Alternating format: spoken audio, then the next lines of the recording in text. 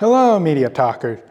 And today, I am officially on YouTube. And those of you MediaTalkers who are new, hi, I'm your host, Seth. And if you don't know, I have a Spotify called MediaTalkers Come Over and listen to my podcast. It's called MediaTalks. Now, if you read the title, you would have read that it says, "Welcome to MediaTalks Reintroduce." This is because, one, I'm on YouTube.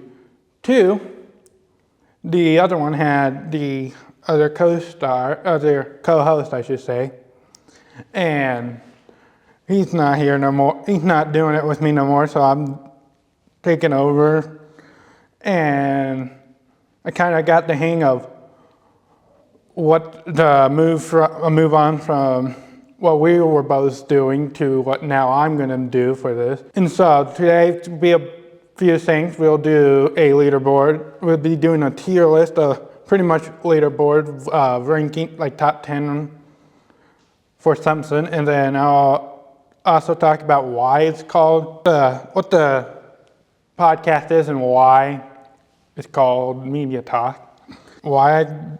As well as give you an example of what I usually do on the Spotify or regular podcast. And before we get into it, a few things to state. One of them is, if you like this, you can go and listen to 15 different episodes on Spotify. And so if you see me look over down here, it's because I'm looking at the listings of either when we do the tier list or just to get a head start on what it is that we'll be talking about, since it's quite a bit that we'll be talking about today. And so we'll start off with what is Media Talk. Media Talk is where, like I said in the beginning, I'm your host, Seth. We'll talk about movies, TV shows, video games, books, comic books, music, all sorts of stuff that pertains to entertainment and, media. As well as I have other, projects that I did, like the recent one from last week's episode on Spotify. It's a conspiracy series. Very dark, I like to say I like it because it gets you a different glimpse of the stuff that you're watching. Yet again, it's just easier to either view it way better or way worse. And so there's other stuff that we'll talk about,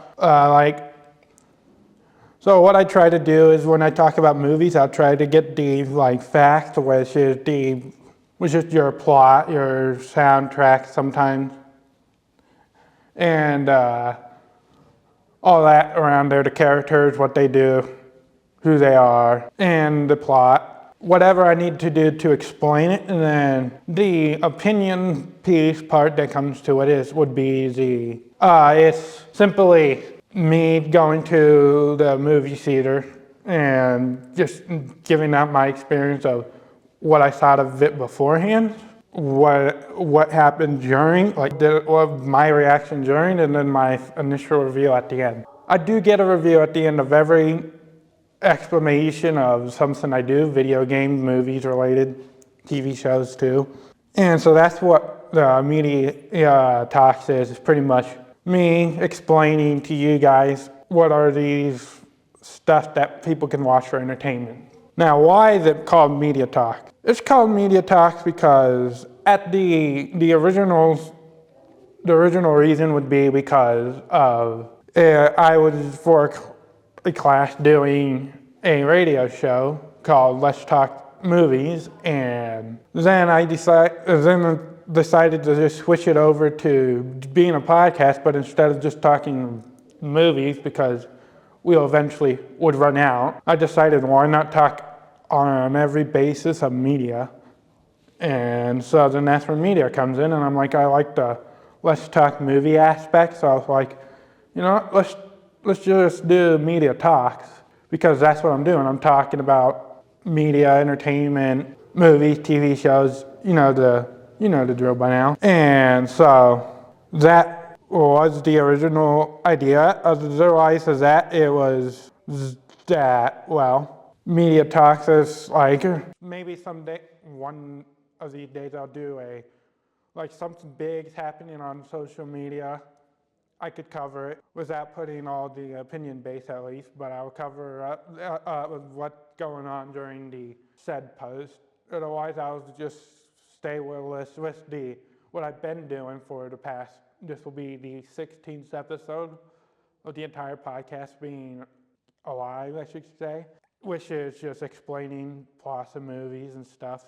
Now we'll do a little fun activity because I think that like in the first episode, made like a small top 5, but since I'm the only one here, it's gonna be which is a lot, but we're gonna do one for movies, we're gonna do one for TV shows, movies, and video games. And these are all like video games that I've either played or watched people play, as well as all these lists consisted of different people I asked around. They told me what game, what movies, what TV shows to rank. Some of them I had my personal ones in there. And so I'll get into what it is, what the first tier list is. So the way these tier lists will go is I'll rank them from 1 is how good it is from beginning to the end. 2, if it like holds up from the plot wise, just like doesn't like go good, and then all of a sudden drops down to bad because that makes you not want to watch the TV show anymore. As well as it's just like my personal base, like, oh, this is where I put it because of how I viewed it as stuff. So this will range from animated, live act. These are all the movies and TV shows, at least, will go from like animated to live action, although I mostly stick with animated, but I have seen live action TV shows. The first one I want to tackle down is The Walking Dead, the original, like I want to say it's 12 seasons now, 11. But anyway, we're talking rating wise, we know, as much as what I know at least, is the TV shows first for like the 5th season were great. They stayed persistent across the whole way through. And then what most people would say after the 5th season, it kind of goes down. And then yet again, I generally think about like another 5-ish seasons, it starts slowly just rising back up to being good again. So plot wise, it'll be bumping it down a bit too, because it went down for the small time, but it went back up, which would give me a little bit lower of a rating. Otherwise, for this one, the character developments were great, at least the ones that they've had in for a very long time. I like how they developed some like actual, oh, here's Rick being with his friend Shane, or his wife, his kids. Otherwise, there's like, oh, there's these friends he meets along the way. Glenn, Daryl, Carol, all those people, plus more. And so I like the characters are very great. They dive deep down into like at least some of the characters, how their life is, and pretty much their viewpoint on the zombie apocalypse that's going. So all in all, this TV show is, I would rate it a B. It could be an A, but yet again, like I said, it's due to it diving down, getting a little bit like not interesting after season 5, and it picks up about 4 to 5 seasons later. The next show I have talked before, which is why I won't go too much into it, because I have talked about it a few times, is Rugrats, Nickelodeon's. It's the older version of Rugrats, I should say, because the new animated one's around, which I'll get to that eventually, but the old 1990s Rugrats, it is, in my opinion, very great. It's just about babies having an everyday adventures and stuff, just going through everyday life stuff. I like the characters or at least in my opinion, my favorite characters would be Chucky, Tommy, Dale, and Kimmy. But if I had to choose one, I'd choose Chucky because his kind of character development goes like a little bit more better, as well as it goes in this. It shows, just started liking him more after the second movie, which is Rugrats Go to Paris, which yet again I'll eventually tackle down. So Rugrats, all in total, characters, love them. TV shows like, it's kind of my own opinion, but yet again this is a tier list of what I think that these shows should be in. You guys are able to either agree or disagree with it, but this I'd have to put at the top with A, just good overall. And the next show is Grey's Anatomy. Won't sit too much on it because one, which will help me rate it off of a scale of A through pretty much an F. But Grey's Anatomy to me it's a good show, I would say, but the only thing for me that just takes it away too much is too much drama. If you like drama, the show's good for you. It was just that it's too much drama for me, which takes it away the fun of watching it. Just at least every episode every few episodes or so, there's at least more than one drama at a time. I'm like, too much of it for me, which then gets it the lower rating of D. I want to say C, low C, close to D. The characters in there are good though, like the drama helps with the character building, but yet again, like I said, drama's too much for me, which is the only reason why it is so low, because I get to finish sitting through watching the whole show, so one can't grade it off of how wise the plot is from point A to point B. The next one I'll talk about is The Big Bang Theory. This show's been, well, it's popular still, I would say. Definitely like watching it. I've watched the show about 3 times throughout the whole time, so, I mean, that from season 1 to 12, I have like the first 5 seasons.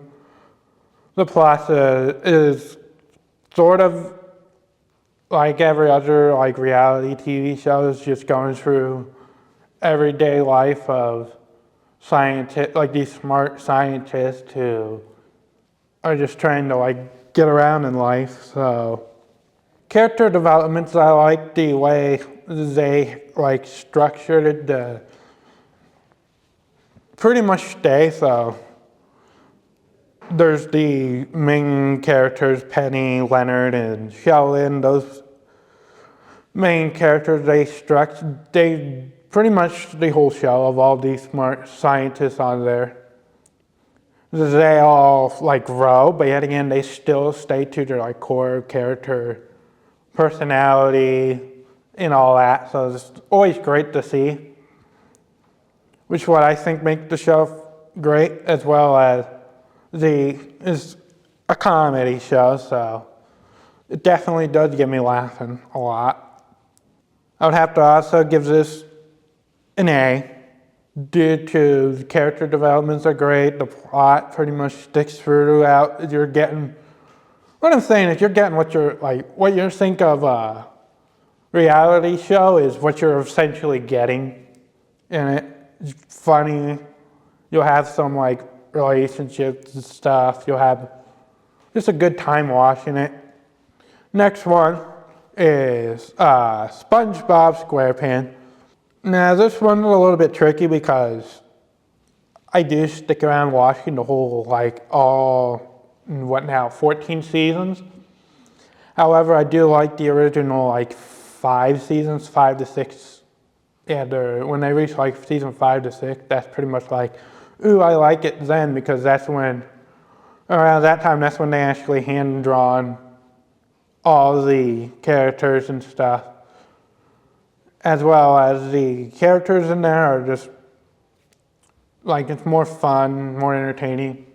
Jokes are not overused too much for at least the first part of the first like 5-6 seasons, which is what I like, as well as there's not much of a plot. It's just all centered around the Bikini Bottom and what their like underwater creatures all do.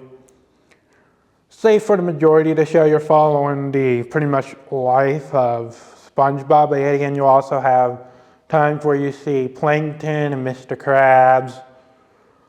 All that, I would say it's an A, but yet again, due to, like I said, I just like the original first series, the original first like 5-6 seasons, rather than the whole thing overall.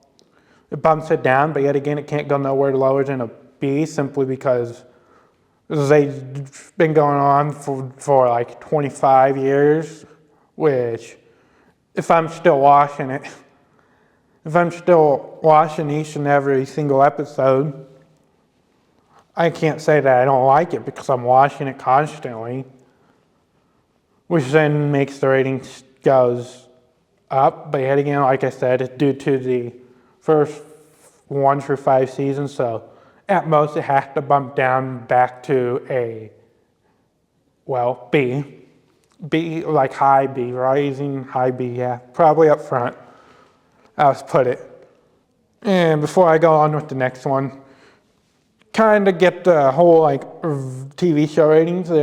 Most of them so far had been, well, will be probably Nickelodeon, because when I was growing up, that's what I watched the most, Nickelodeon. So was that going into it? So they got again another Nickelodeon show called Hey Arnold.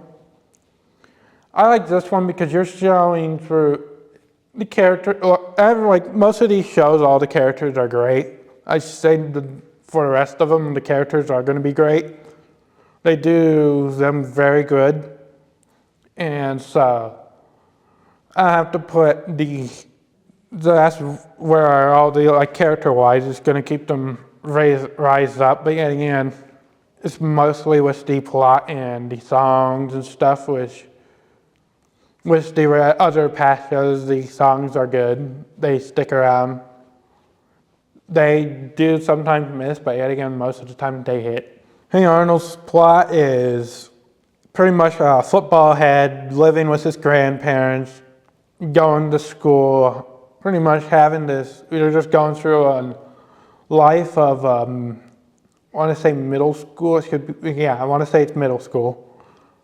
And it's just interesting seeing them, how they react, especially with like the love-hate relationship from Helga with Arnold.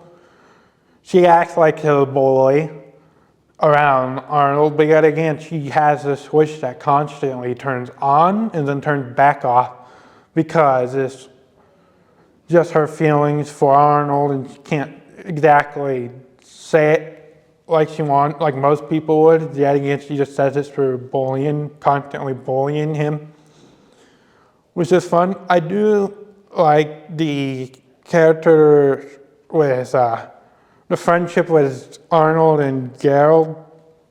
Like every single aspect of it, they both understand each other, and when they have a problem, they may get mad at each other, but at the end of the day, they're still going to be good friends. They're so good of friends that they actually have their own their own like little handshake, I should say, where they put their hands together and just like move their thumbs.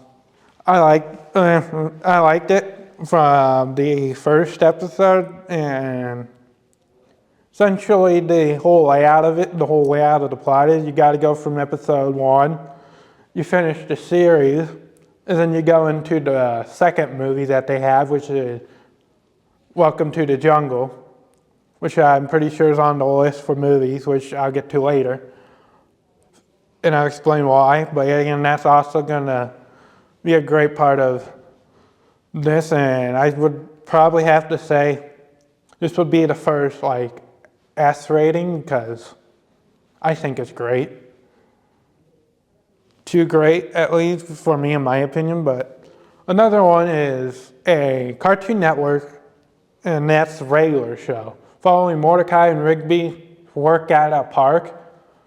Yeah, this isn't your everyday, like, I want to say cartoon, going through their everyday lives. Technically, yes, you're doing that. But yet again, every single time, there's like monsters they have to defeat, magical being. Just all the characters in there having like, oh, there's Benson for being the park manager, getting mad at Mordecai and Rigby because these two are slackers. They don't like doing their work for too much. And then you got supporting characters like Skips, who helps out the people in the park when there's danger, as well as you'll also like put the employees in their places. Essentially, be like, oh, you gotta make sure, yeah, you can have fun, you could do this and stuff, but yet again, you also have to make sure you're doing your work. Which the whole point of it is following Mordecai and Rigby, going through the whole pretty much life of them working at a park. And for this, I have watched it recently, at least the first 4 seasons. And it is it still holds up to this day. I think if I remember correctly, I've seen online they are making a second, like, not like a spin-off, but yet again, it's just another regular show. So, for me, I grew up watching this a lot. It was always fun watching it then. It's still fun watching it now. I'll have to put this at a B. That's just how I feel, and it just feels a strong B. As well as like the end of the series is great. Won't spoil it now since it could be potentially all these will potentially be too like able to talk and discuss with you guys. And so the next show is Dexter.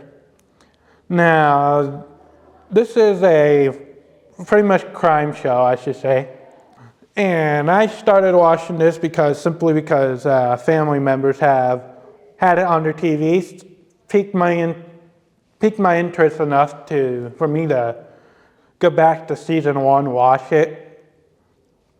And it's a general good show. Characters are great. Like I said, all the characters are great, so I won't dive in too much. The plot is also great. It stays well with it. Character development's following Dexter. It's good. I do like crime shows as well because it's always fun seeing how like somebody else's mind of work, especially with someone like Dexter being a like police behind the scenes, but as well as a killer. And as well as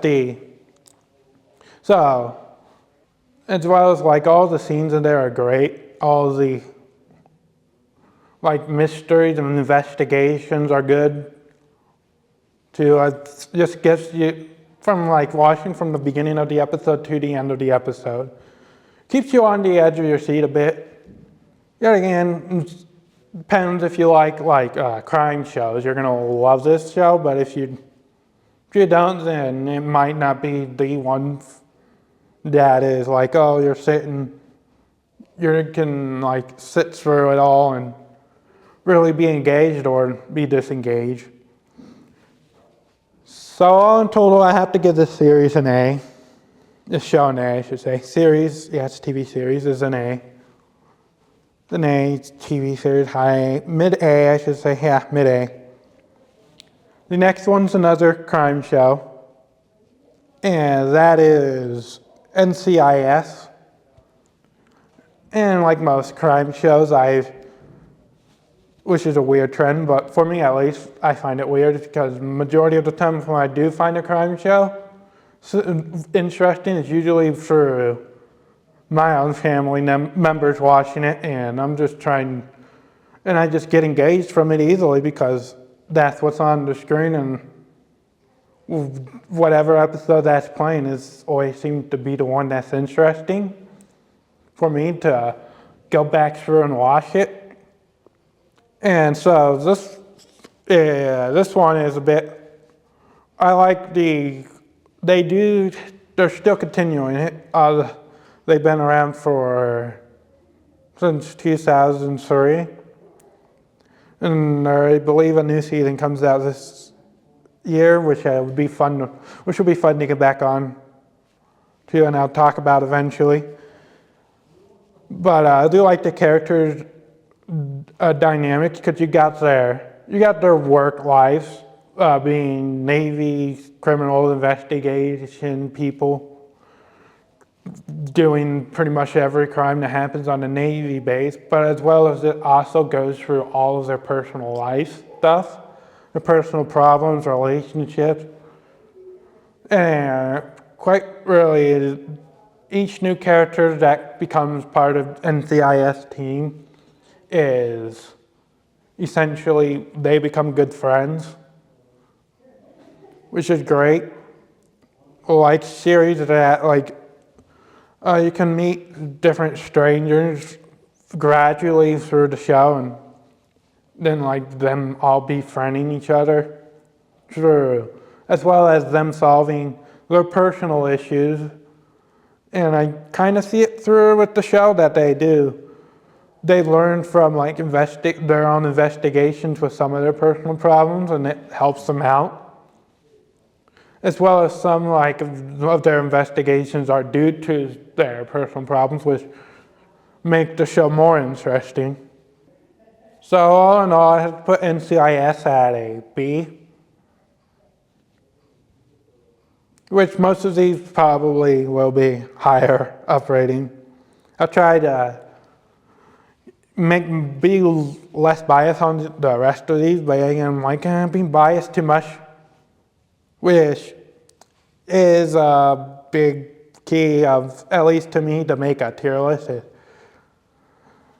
Have your own personal, because it is your own personal thing. So I'm trying to make more sense of how the main majority audience would view it. Again, my personal opinion, but yet again, my personal viewpoints are going through this, which kind of gets into Ed, and Eddie's TV series, which is the next one I want to talk about. And that one pretty much, it's interesting because I watched it when I was young. I watched it a little bit when I was younger, and then just started watching it a lot when I was grew up more. There's a blockage in the road where I didn't watch it at all, and then all of a sudden I still watch it every now and then. This is a show where pretty much follows kids in a cul-de-sac. You got the main characters, Ed, trying to scam people for money so we can get jawbreakers. And in fact, the episode 15 in my Spotify, I do get more into the conspiracy theory and what makes more sense for this show. And I have to get to the C mainly because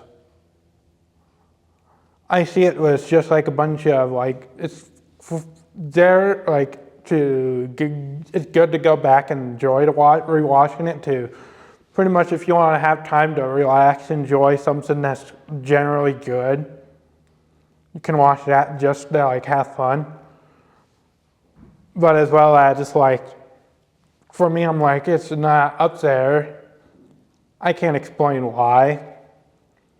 It's just, I feel it's up there to be a C because it's midweight, is pretty much a mid show. It's just, some episodes are good, some episodes are bad, and majority of them are good, but as well as like when the episodes are bad,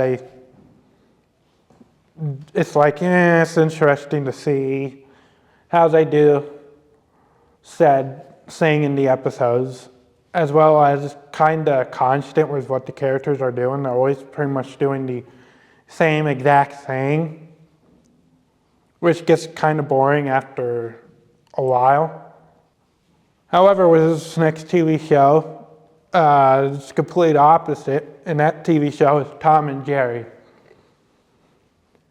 It could be any of the Tom and Jerrys, from the regular, pretty much Tom and Jerry, to the Tom and Jerry show, Tom and Jerry Tales. It's just all very interesting.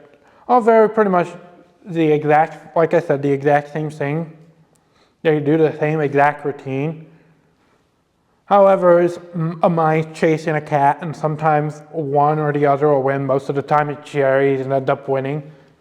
Other times they're being friends and they're trying to, pretty much, like one episode, they're trying to get rid of another cat that the owner brought in because Tom's not doing very good at keeping a mouse away. And so then they had to team up, kind of get the cat to get out. That way they can pretty much be happy living in the same place, under the same roof. I like this. I watch this at least almost once a month, at least. I don't go 1 month without watching at least one episode, so that's definitely going to affect the leaderboard, as well as this show's good because, unlike the other shows I have mentioned, Tom and Jerry do not talk. There is one movie that they do talk in, which, according to people and me, we don't talk about that, but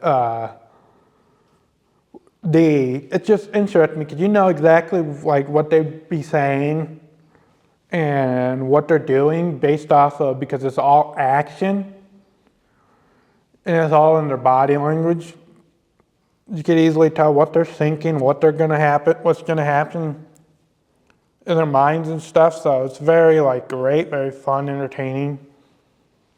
Like I said with Ed and Eddie, it's a very entertaining. Tom and Jerry is just a very entertaining thing to watch. Like if you need definitely a laugh, like a lot of it, it'll give you laugh. Yeah, it'll give you the laugh, which is fun, at least in my opinion.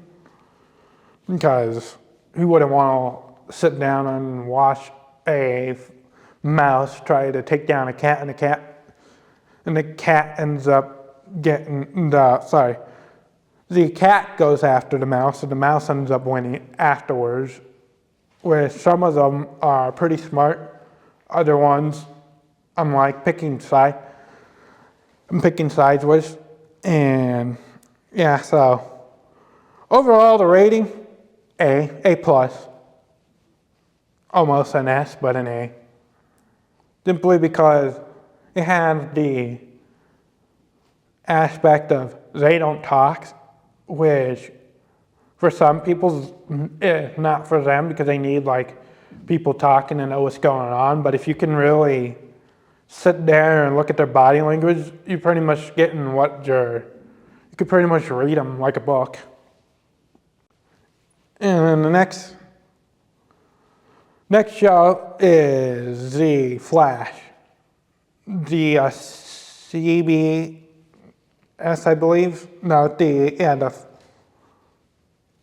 can't remember what show. You can watch it on Netflix, which is where I watched it on. But anyway, this show is great.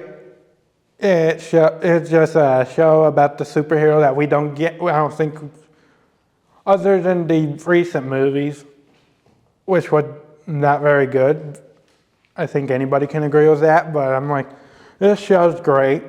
It shows a character we don't ever really see being a movie adaptation. Definitely not one of its own. So the TV show I consider is technically a big, long, sometimes there's, with two-parters of any show, So there's 2 episodes with 2 parts. I'm like, oh, that's like could be a movie. So then I'm like, sometimes when I watch shows that have 2 parts of an episode, I'm like, yeah, that could be a movie, which then I see it in my head as a movie. And the show, anyways, is very great. I like the character dynamics and the addition to each of the heroes that do get added in. Although I have watched the whole show, the majority of the time now when I watch it, it's through like clips from either YouTube, TikTok, anywhere online. I just usually watch it through the clips. I'm like, oh yeah, I remember that. Which then gets me a bit interested, like sit there and watch it. Like if it comes on, I won't scroll past it, I'll watch it through. And with that being in, I have to put it as a... Speaking of superheroes, we'll talk about one that not comic book related, but yet again is on Nickelodeon, and that is Henry Danger. Following from the series it starts through with a 13-year-old boy looking for a job, and the job that he goes to is junk and stuff, which is hiding a secret lair of Captain Man, who's the superhero's Swellview. And then pretty much it's just him being hired, and then throughout the whole show they're just having fun, taking down bad guys. And I've seen, I think, every single episode when it came out. Like every new episode when it came out, I just kept watching it because it's a generally good show, in my opinion. And they did make a movie recently, which I have to watch eventually. But the Henry Danger show, I'd have to put a B tier, which actually had the original series. The spin-off series, however, I'd put that in an instant F tier because Danger Force is like right after Henry Danger. I'm like, yeah, doesn't hit the same way. Pretty much just, I'll put the grading on for that. It just doesn't hit at all for the same way. But I think for me it's the complete opposite. Next, let's get to more of a anime type thing, which is technically, I wouldn't call it anime, but yet again, it is in that genre. It's Nintendo's video game hit, but now that's just a long show. That was Pokemon. But this one is Pokemon Sun and Moon. And why is that? Because I like that series more. It goes more in depth with the characters, as well as the animation on it is at least smooth enough to where I don't feel like it's too old, like it's closer to a little bit more difficult for like somebody to watch an older show that has like a different animation. May not like it, but yet again, this one, it's like the animation's more smooth, a little bit more of that animated kind of features, which is great.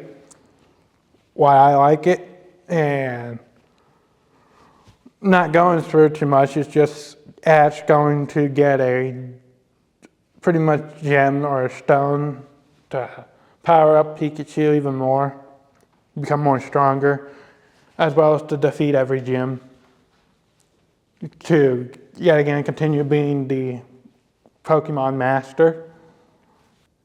The next show is a Disney XD show, and that's Gravity Falls. Following two twins Dipper and Mabel Pines going to Gravity Falls for the summer, over the summer, to visit their uncle, or grunkle, I should say, Grunkle Stan, a character in there. So they go to visit him. However, the show goes through all the mysterious things that happens in Gravity Falls. I like this because it goes through each episode with them having put slowly together a big puzzle for the big villain of the show, which is Bill Cipher. And so I put Gravity Falls in S because it's good. I like the show. It's consistent throughout. The way they pretty much did the villains great. And I'll back it up a little bit to the Pokemon and Sun and Moon because I forgot to write that just now. I just forgot to put that up in a tier, which I'll put that one in probably B. It's a very B show. So another one is a more, well, except for the newer series, is Blue's Clues. I'm not talking about the Blue's Clues, and you can push that aside, although it is good, but I'm like, I grew up to, that'd be when I was in high school, so that show can be pushed back, but then again, I'm talking about the old Blue's Clues.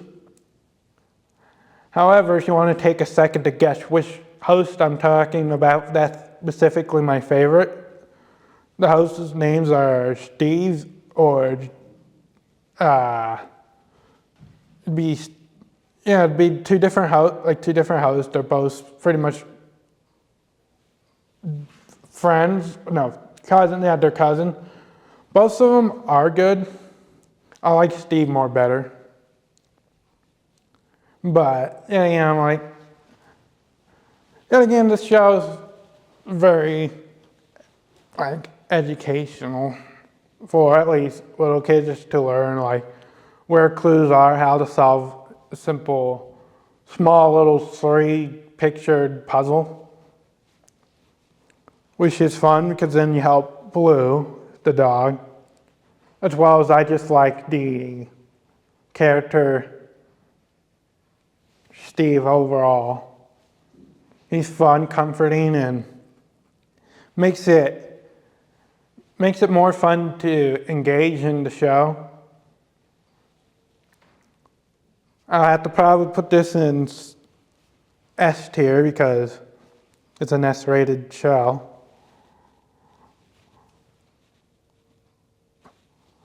And show that's, however, probably lower than at least a B for those of you who are like, all the shows are too high up.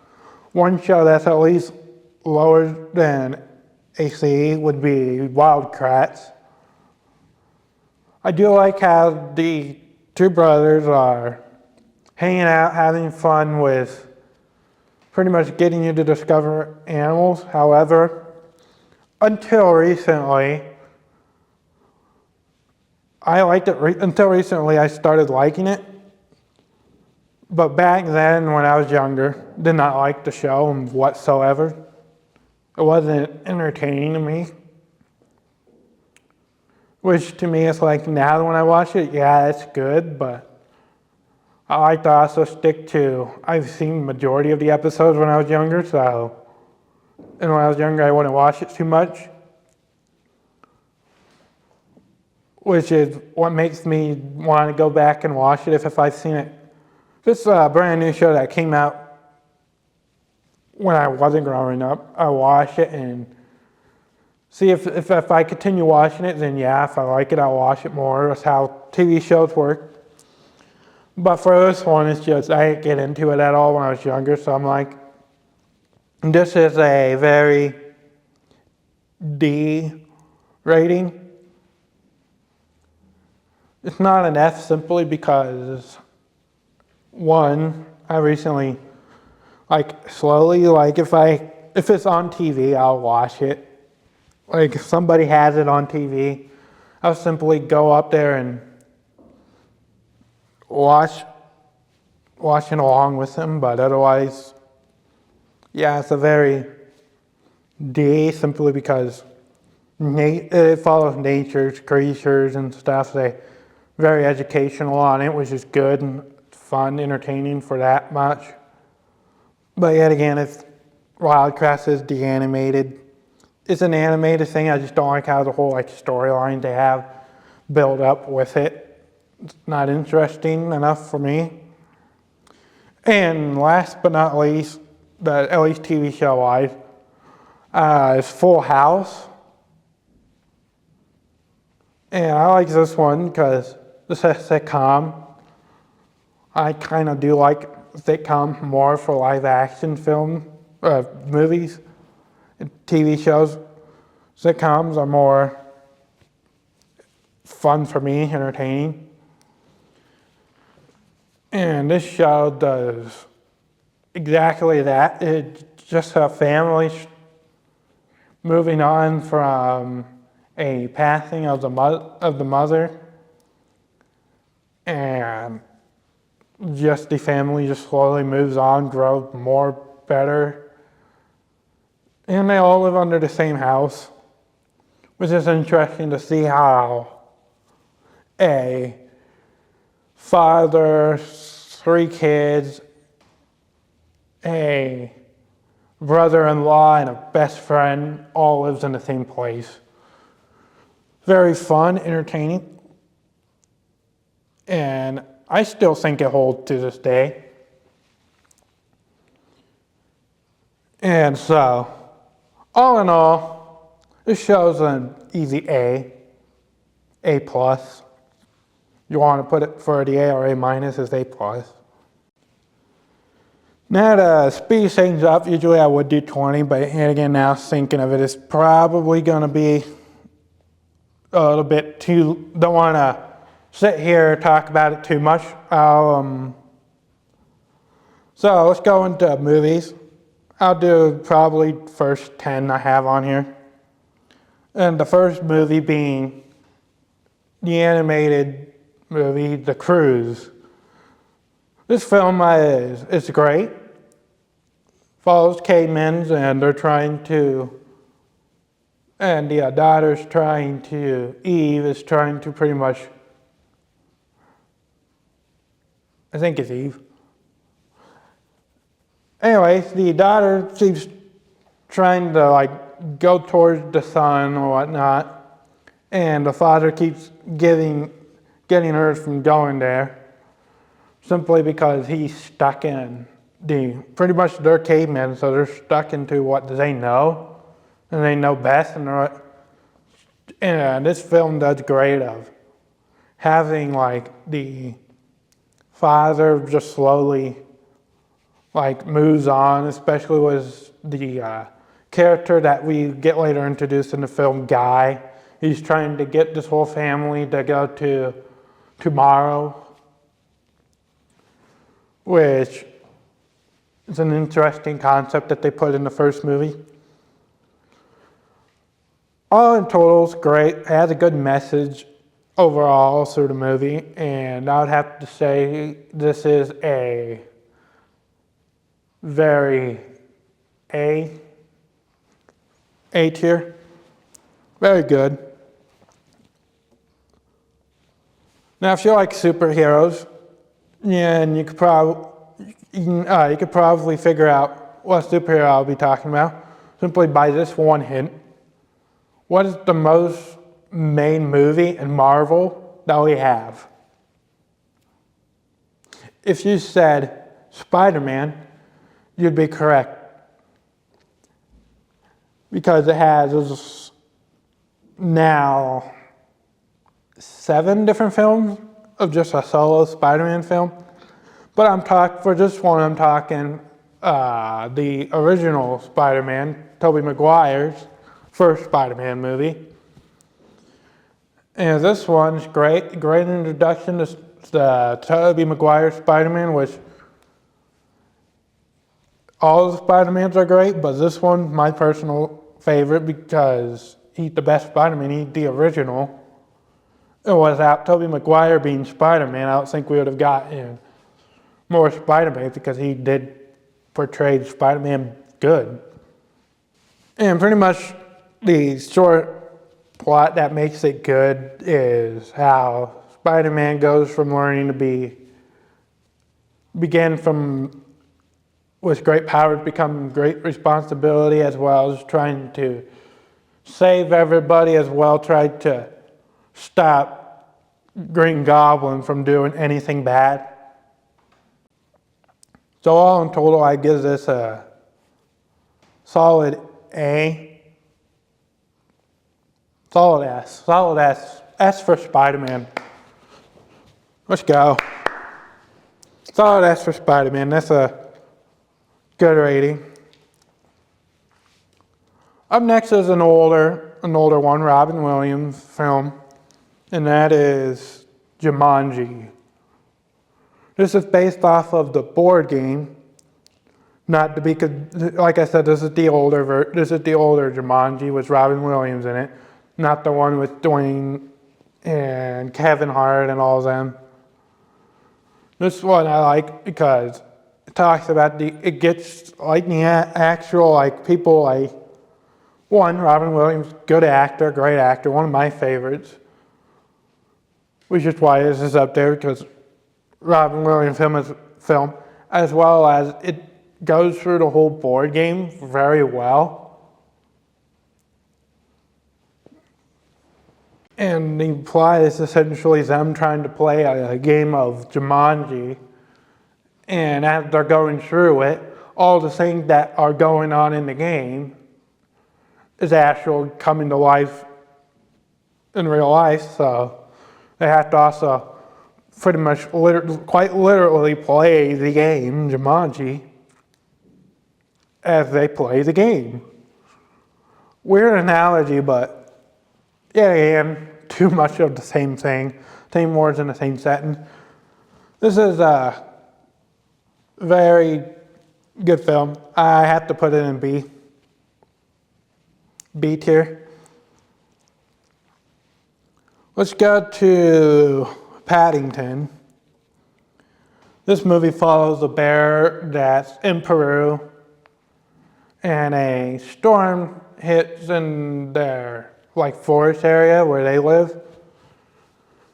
And so he has to, and then we see Paddington pretty much going to London because it's safer for him to go there rather than being alone.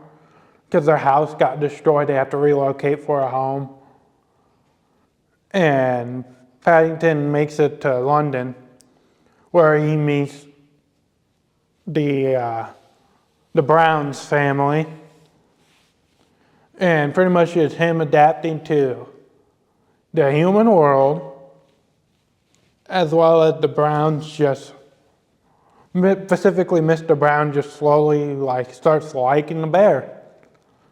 Although, for him it takes at least until the villain of the movie to pretty much want to try to quite literally stuff Paddington, and Mr. Brown has to come in and save the day.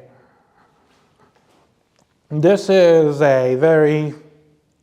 won't spend too long. Character development's great. Like I said, all of these will be great character development.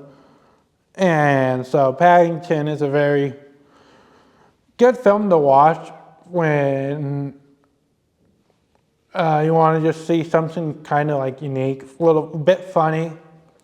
You want to see what an animal's perspective of everyday human life stuff. Paddington is definitely the movie for you. It's an A rating that I put it in. Up next is Flushed Away, the animated film, where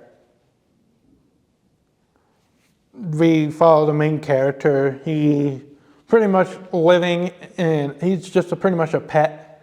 He's a rat that's a pet, and he became so much focused on being this royal humans feeding him every day. He gets to sleep at the same time every day.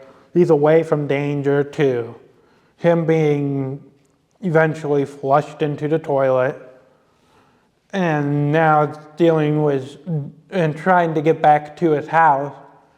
Meanwhile, dealing with a literal frog as a villain, trying to go after him for stealing a ruby.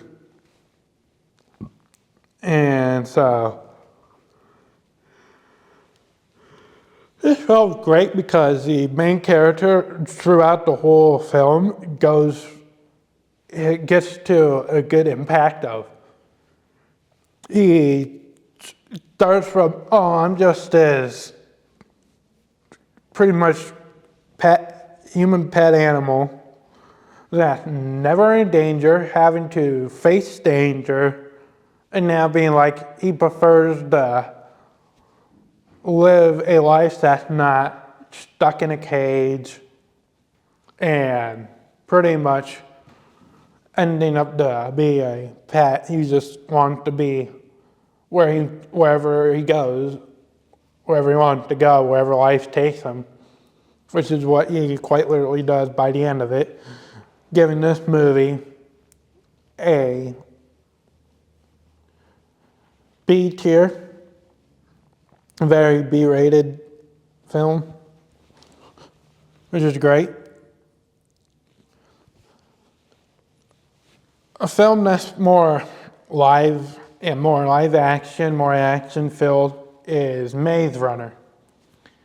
And for Maze Runner, for me, like over time, yeah, it does itself justice, but yet again, when I first watched it, which is when I wasn't like too far into movies as I am now, which is why it got better overall, because I just started liking more movies overall.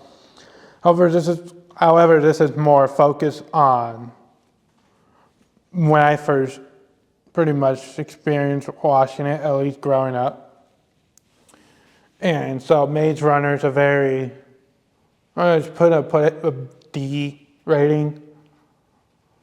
I mean, for the plot is the main character, Thomas, get put into this quite like literal simulation of a maze that changes literally every day. And Thomas is the last one, it's the last male arrival there. And essentially, sorry if it's a spoiler, it's been out quite literally almost a decade, if not a decade. It ends up being like, comes out to where was one of the creators of it, got put in to the maze simply to protect what's going on from outside of the whole simulation area. And so all in total, film for me is a very D-rated film. Now let's go to a more recent new release movie, Mufasa. I simply already put my whole plot. I already made an episode of the plot of the film and my personal experience going through there. However, I'll say it again. Well, at least my personal experience is, I started out not wanting to watch the film mainly because you already know what's going to happen by the end, because you're following the story of Mufasa in his younger days. However, if you've seen Lion King, you already know what happened by the end of it. So that was my whole reasoning for not going. However, I did go and see it, and when I went to go see it, it surprises me a little bit more better because you get to see the backstory of Mufasa and how I originally thought how the Lion King, from where the Lion King starts to where Mufasa starts. It's just two different things than I originally thought. And the whole plot being exactly that is more like the whole plot of it is Mufasa and Scar name, which is Taka, which is I'm saying it correctly if I'm not, sorry. Sorry if I'm not saying the name correctly, but pretty much Scar and Mufasa escaping from a lion and trying to head to pretty much Pride Rock, where we know where the Pride Rock would be.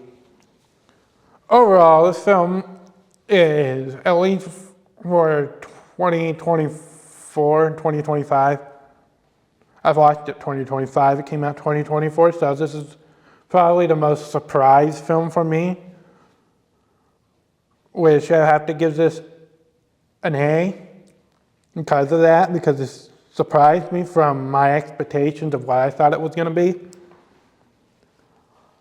Although, yeah, and it's just a movie that helps you set up make sense of The Lion King more better. As earlier with the TV show, I said I was gonna talk about one film, and that TV show is Hey Arnold. However, specifically the second movie, being Hey Arnold, Welcome to the Jungle. This film's great. It goes right off after right after the end of the series, and pretty much the whole thing is Arnold finds his father's journal, and he's now going on the adventure to actually find his parents, because pretty much that's what he was trying to do, is trying to find his parents, trying to figure out what happened with his parents after he found his journal. And now that he knows his parents might be somewhere, he decided to go look for them. And the only reason why he decided to go look for them was because of a class field trip project that they had. And that project goes to the same place where his parents were last noted inside of the book.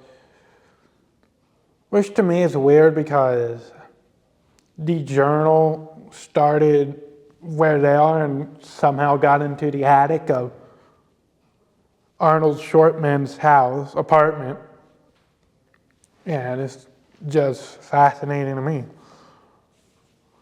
To that, which, like I said, the show is one of my probably top favorite shows to watch. This movie being even better because it connects exactly right after where the show ended, making this being an S-tier film.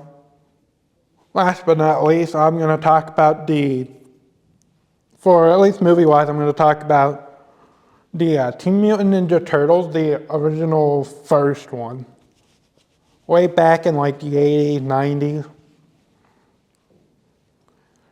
This movie is entertaining, to say the least. It stars pretty much the Foot Clan is taking Splinter, and now the Turtles are having to pretty much go find Shredder to get Splinter back.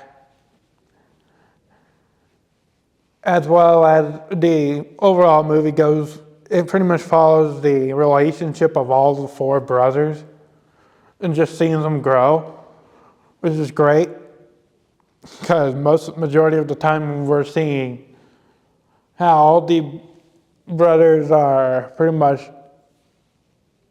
learning to get along with each other, making this film be a very A-tier film. Now, this one's going to be a bit differently.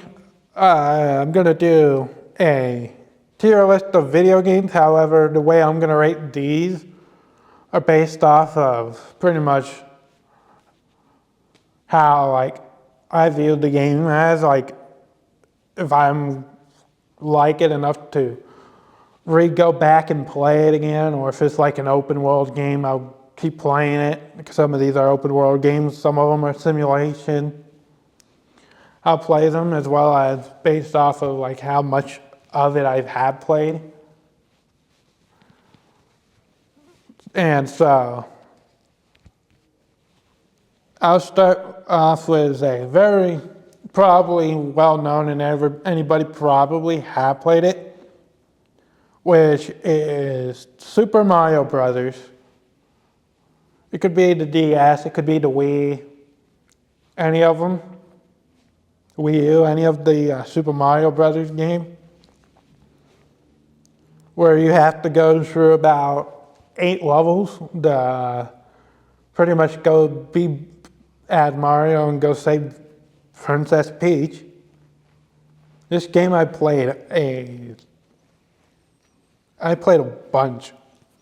Way too much to count how many times to be exact, but I played this game way too many times that it is very fun playing it. And it's better playing with like families or friends, because then they're going along with you, as well as you can get like any like coins or like any. With the ways, at least the Super Mario that I was playing, is that once your friend or whatnot, when you play as Mario, when you play with 2 players, you're going to be Mario and Luigi. And so you're being as Luigi. Let's say Luigi goes to get a coin where it's too high of a jump to like quickly get back up to the top. Well, the first player can stay up above, and yeah, again, Mario has lives, so you have to kind of be careful with that. But other than that, it's just like you can. There's a point where you're willing to waste a life to pretty much get the coin. Go for it, because then just one person goes for it, they'll come back in like a bubble. All the first player have to do is go up to pop it, and then you're back to playing the game as regular.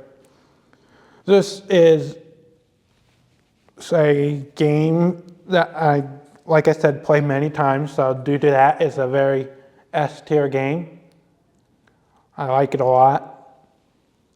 And going off of Mario, let's go to Sonic the Hedgehog, the exact rival of the game. And so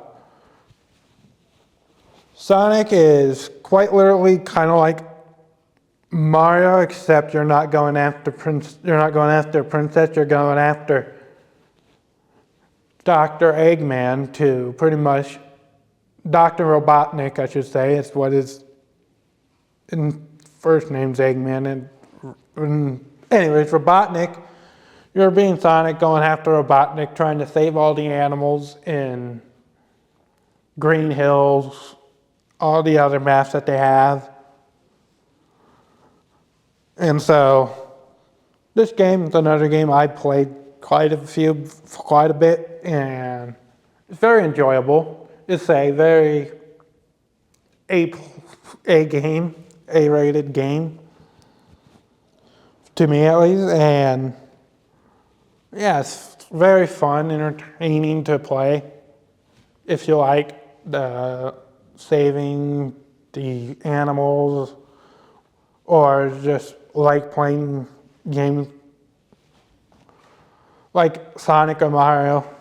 Always fun seeing playing both at the same time, seeing both different outcomes.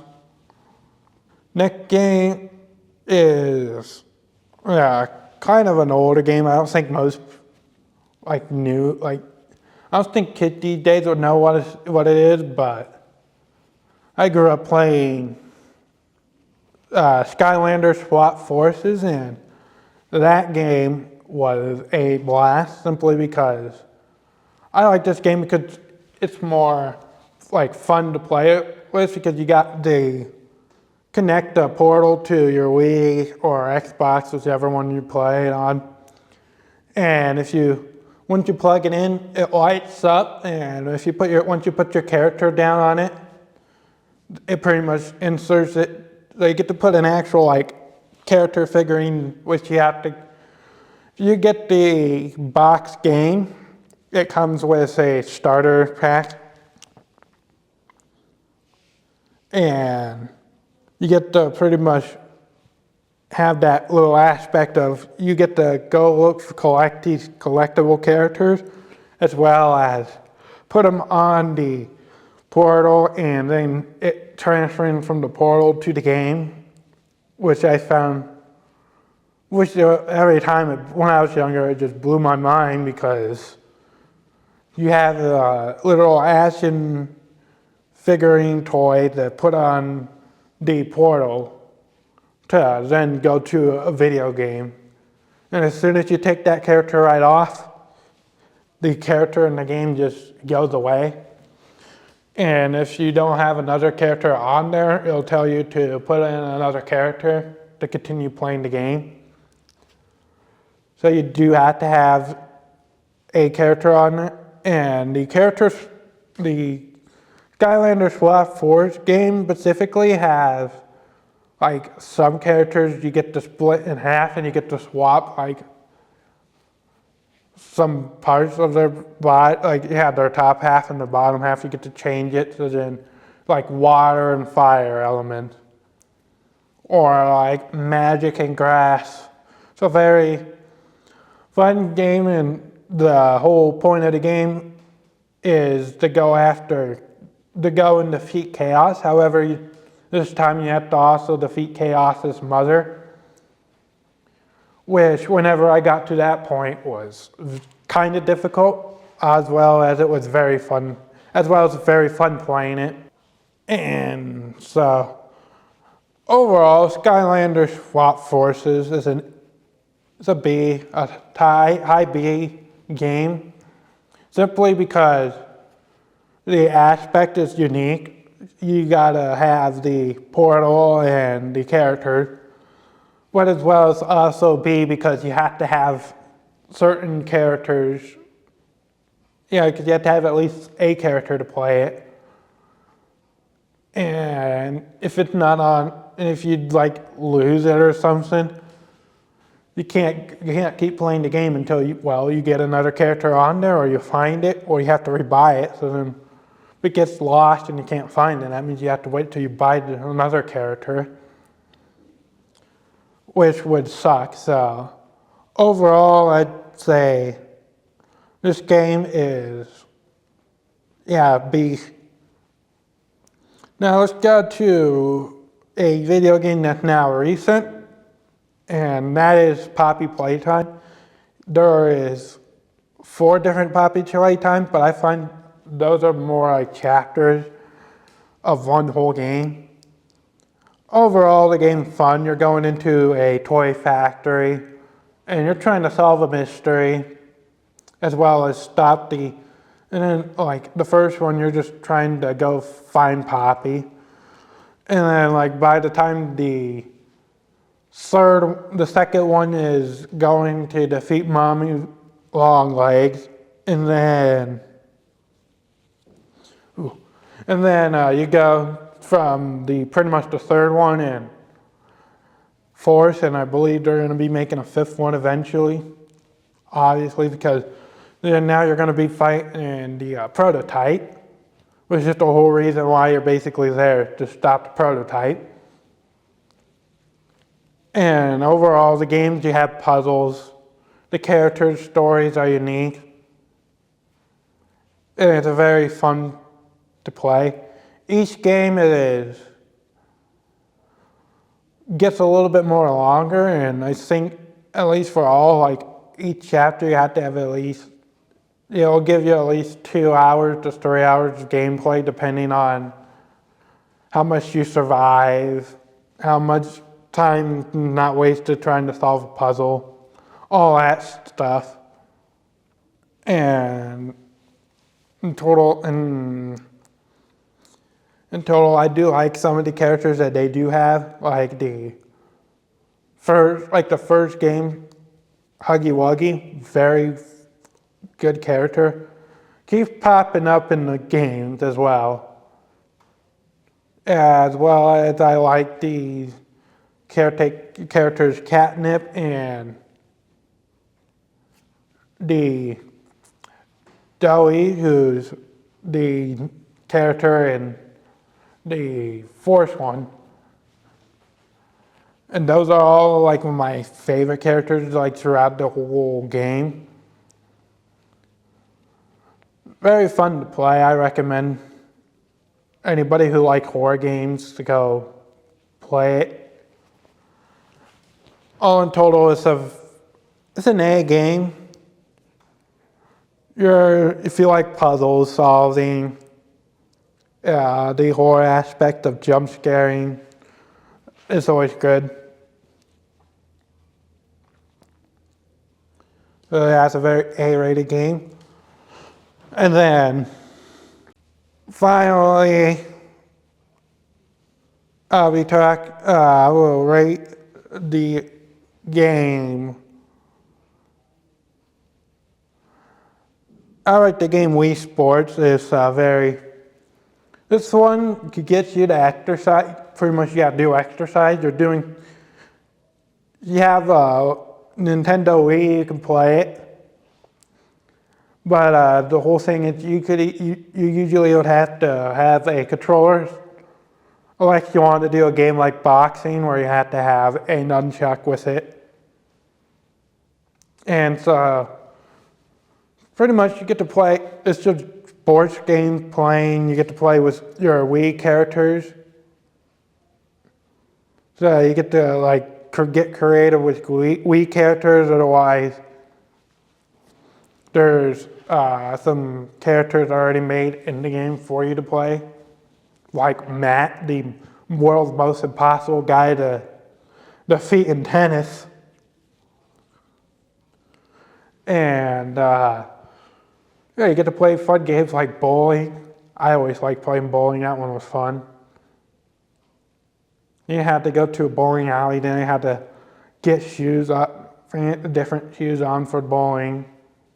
You could just be in your room and just roll a bowling ball down and see how many pins you hit. See if you could beat your friends or family in that game. Make it a fun competition still.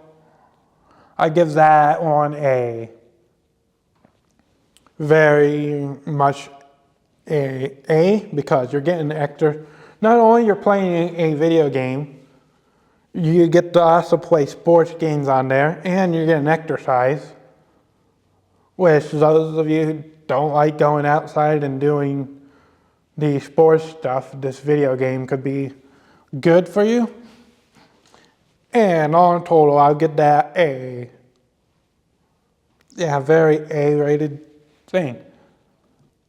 Now, if you like that tier list, then tell me what you pretty much like about, what you agree with, disagree, what would you change, all that. Otherwise, up next I'll be talking about the film Cloudy with a Chance of Meatballs. And so this film came out 2009, and it starts out with Flint Lockwood, who's at this point, at the beginning of the film, he's a kid who wants to be an inventor growing up. And you see him do a presentation in the school where he invented spray-on shoes. However, it backfired because he didn't think of how he was going to get them off, now having permanent spray-on shoes.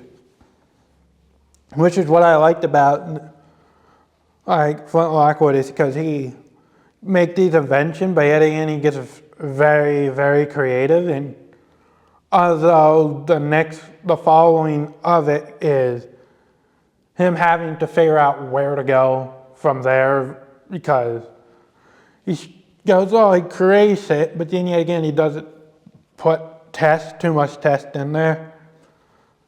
and it ends up failing, which is what the montage of it goes through, is all these failed experiments. Until one day he creates the greatest machine that will help, at least on their island, because they are stuck on an island where all they pretty much have to eat is sardine fish. So Flint Lockwood gets his creative idea to make a machine where water comes from the top and food comes out from the bottom. And one day he decides to do this when they're doing the grand opening of the sardine land. And so Flint carefully slows up, goes behind the crowd, goes a bit like all the way in the back, further out, trying to pretty much connect to a bunch of power cords because this machine needs a bunch of power to work. Only for the police officer there, Earl, he will get to like chasing after him, trying to stop him because Flintlock was known for his inventions always going wrong. And this invention is also would be very good if it works. But again, if most of his machines usually ends up failing, so he's like, he got to stop Flint Lockwood from making it. And Flint Lockwood distracts Earl, the police, by just creating a distraction by going, oh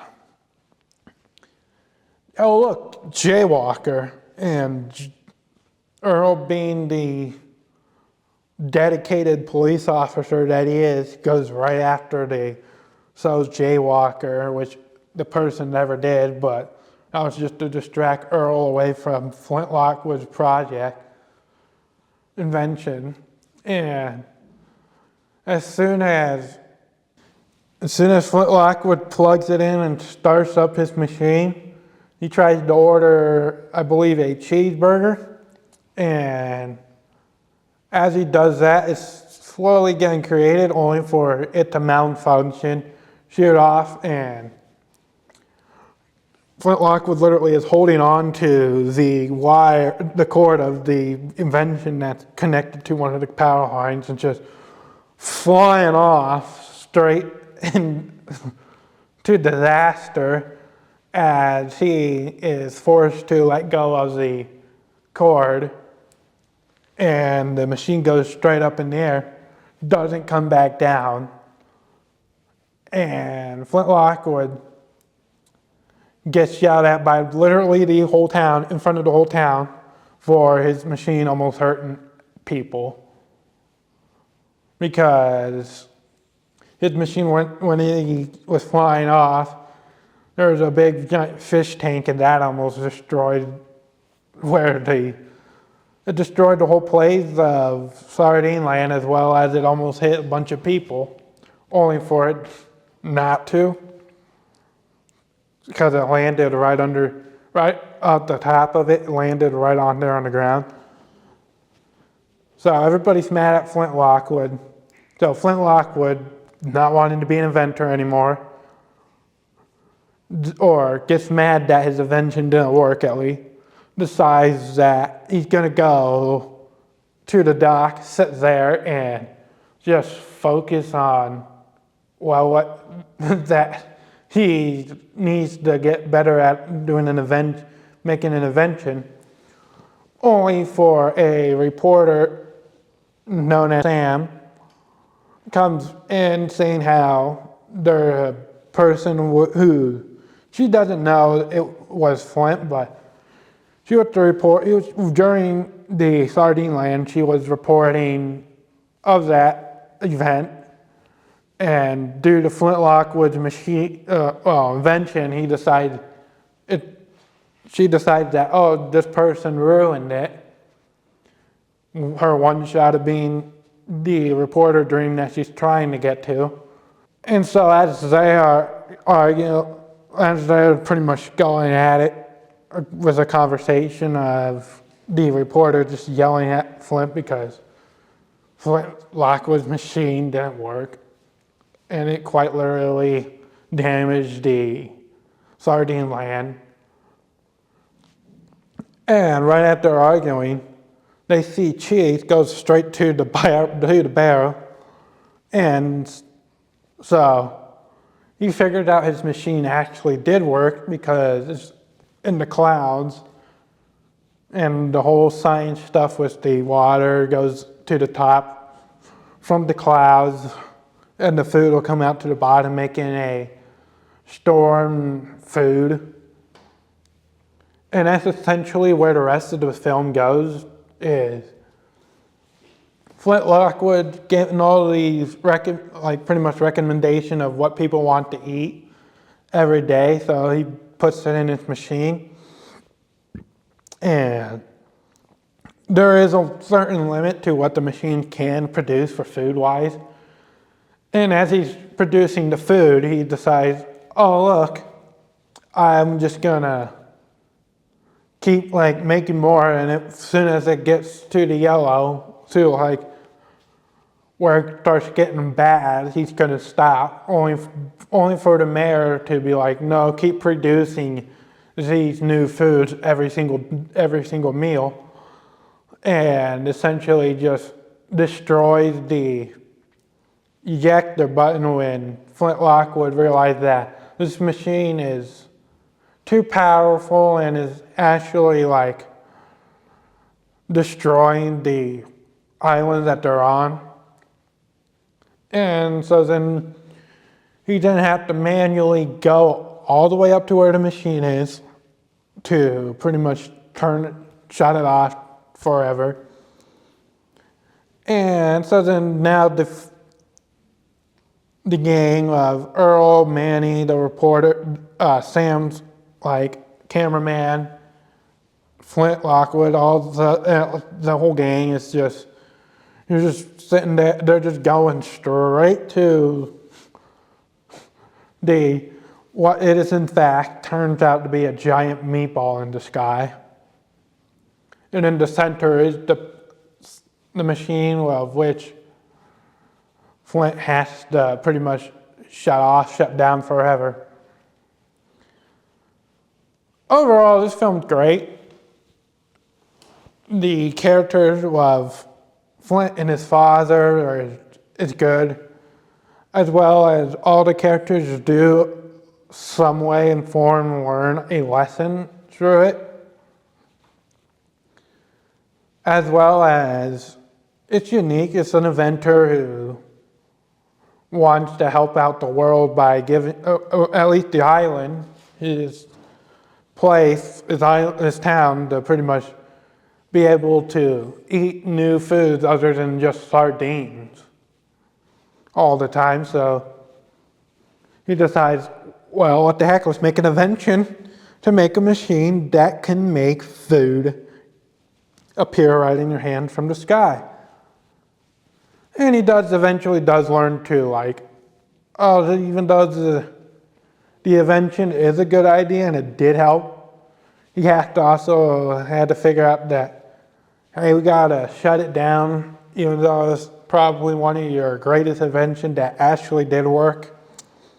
It's just that he overdid it too much. So overall, this rating is a 7.5 out of 10.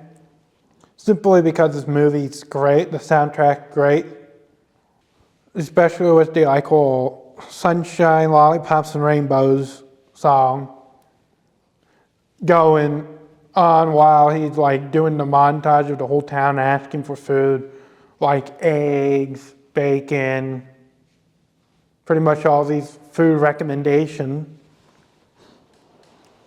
And it's just, the soundtrack great, it aligns well with it. The characters all do well. And so yeah, overall it's a 7.5 out of 10. And so also that was just an example of what I usually do in the 15 pretty much the 15 episodes that I have on Spotify, and that will eventually be we'll have new episodes on here on YouTube. So other things that I'm working on doing are mini-series. And one of them I did just recently do last week is conspiracy series. And which is pretty much the conspiracy series of TV shows and movies. I might do video games, and then whatever other conspiracy based off of the media that I do talk about. As well as for like if you go to episode 2, Turtles and Gladiators on Spotify, me and the other co-host that was doing the podcast for the short amount of time, it was fun to see a what if question, essentially. We did a what if the Turtles were in Gladiator. And so I might do a series off of pretty much what if matchups. And I might have other ideas in between, small little mini series I could do. We also have guest speakers is something that will be least likely used because, at least until I get more people to reach out to come over as guests. And maybe it'll just be a thing where there's here and there. So what I usually do by the end of all of them is give room for possible topics. So if there's any movie, usually I ask if there's any movie you guys want to see, and if there is, you guys can be able to go see said. You guys can be able to tell me what movies you want, and I'll talk about them, or any TV shows, video games, etc. As well as there might just be like other creatively ideas like the conspiracy theory one day I thought about doing recently, because that was simply because I like doing conspiracy theories, and I was like, ooh, there's plenty of them on movies, TV shows, and video games. Why not do it as a podcast? Why not put it as a mini series and podcast? So that's there. And yeah, so essentially it's just any ideas I can get out of doing this. Make it more fun and entertaining for you guys as well as for me. So please don't be afraid to tell me exactly what you would want to hear me talk about more. And then finally, I want to do my top 10 favorite 2000s, mostly 2010 songs that are still peak to me to this day. So pretty much music back then that are now still holds up to this day. And for the first one, I'd have to go with probably one of the best musicians, one of my favorite ones, at least during that time, Bruno Mars. And one song that I think that still holds up that are many of his, but I wanted to choose only one. And that one is the Just the Way You Are by Bruno Mars. It's good, it's fun. I still listen to it almost weekly. My number two choice is, this one it actually does work the more it passed down, because people relate to it more often. And that is, so the more time passes by, the more the song actually gets better, and that song is Ride by the 21 Pilots. And pretty much, if you know the song, you'll know why it gets better and better overall.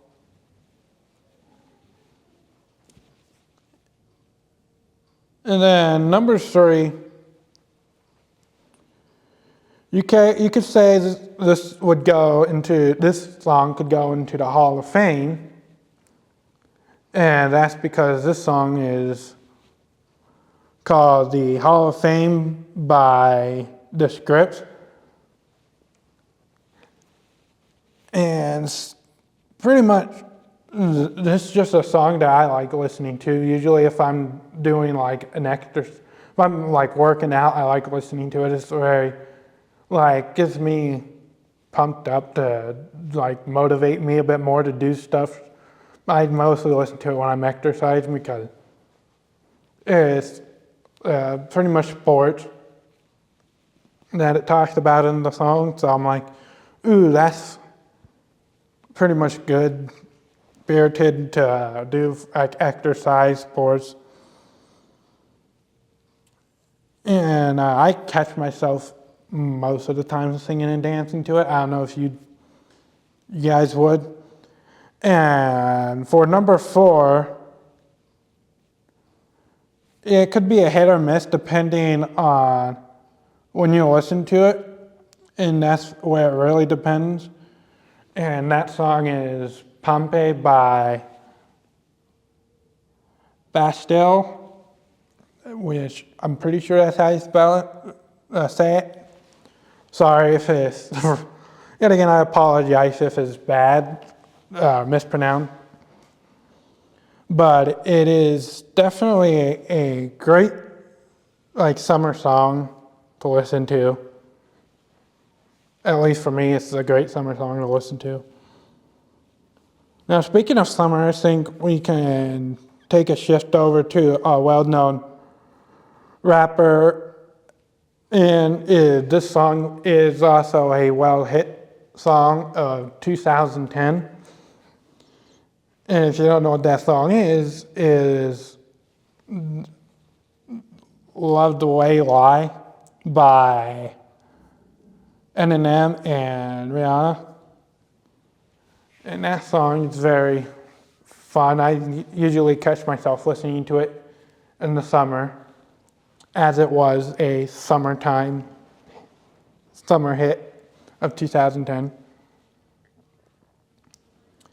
And number 6, we'll go back a bit more, turn it back down a bit more with another song that I sometimes, every now and then, come back to, which is one of Justin Bieber's songs, Baby. That song's fun to listen to every now and then. Every now and again.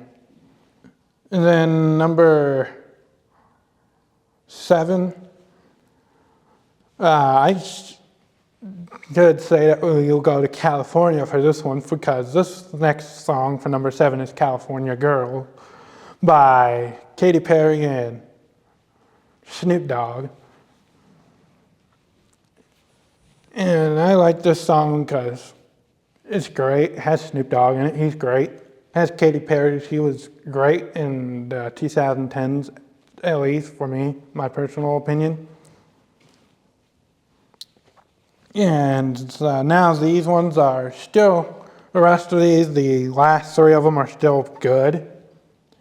Yet, I can only put so much in a top 10 list out of all the good 2010 music that came out, because me personally, it's another reason why I did choose to do top 10 2010 song, is because early 2010 songs are usually, to me, is the great era of songs that came out. And so number 8 being another summertime, mostly July-based song, Fireworks by Katy Perry. That song's great. I like listening to it mostly in the summer times. Yet again, either if I'm at a swimming pool or if I'm just listening to it during the summer when I'm walking. Always fun to listen to. Number 9, Anybody could get this one because it's still like crazy around in this, still popular right now, going, and it just came, it just came out on a movie as well recently, which is the Deadpool Wolverine movie. And that song's being Bye Bye Bye by NSYNC. Which, yeah, it's still a popular song, so still hold to this day, still peak. Great. People still listen to it, most definitely. And then finally, I'll just send it off with one with Taylor Swift in it, and that song is one of her greater songs, at least back then, which is You Belong With Me. I do catch myself singing this one kind of a lot whenever it pops up in my playlist on Spotify, because that's great. It was one of her great songs that she sang. And so now comment down below if you want to what you think of this top 10 song. What would you change? What would you put on there? What you liked about it? And I will apologize for the terrible puns I did on here. I tried to make it at least different than going now number one, number twos, and number three. Trying to make it a bit more differently. So I do apologize if the puns were bad. However, that is all the time I have for today. Hope you all liked this episode as well as I did. As well as don't forget to subscribe and hit the notification down below so you guys never miss another episode that comes out. As well as if you do like this and you want to see more exactly like this, you could easily go to Spotify and listen to any of the episodes I do post on there. Otherwise, comment down below what was your favorite thing about this episode. And until next time, Media Talkers, a success. Take care.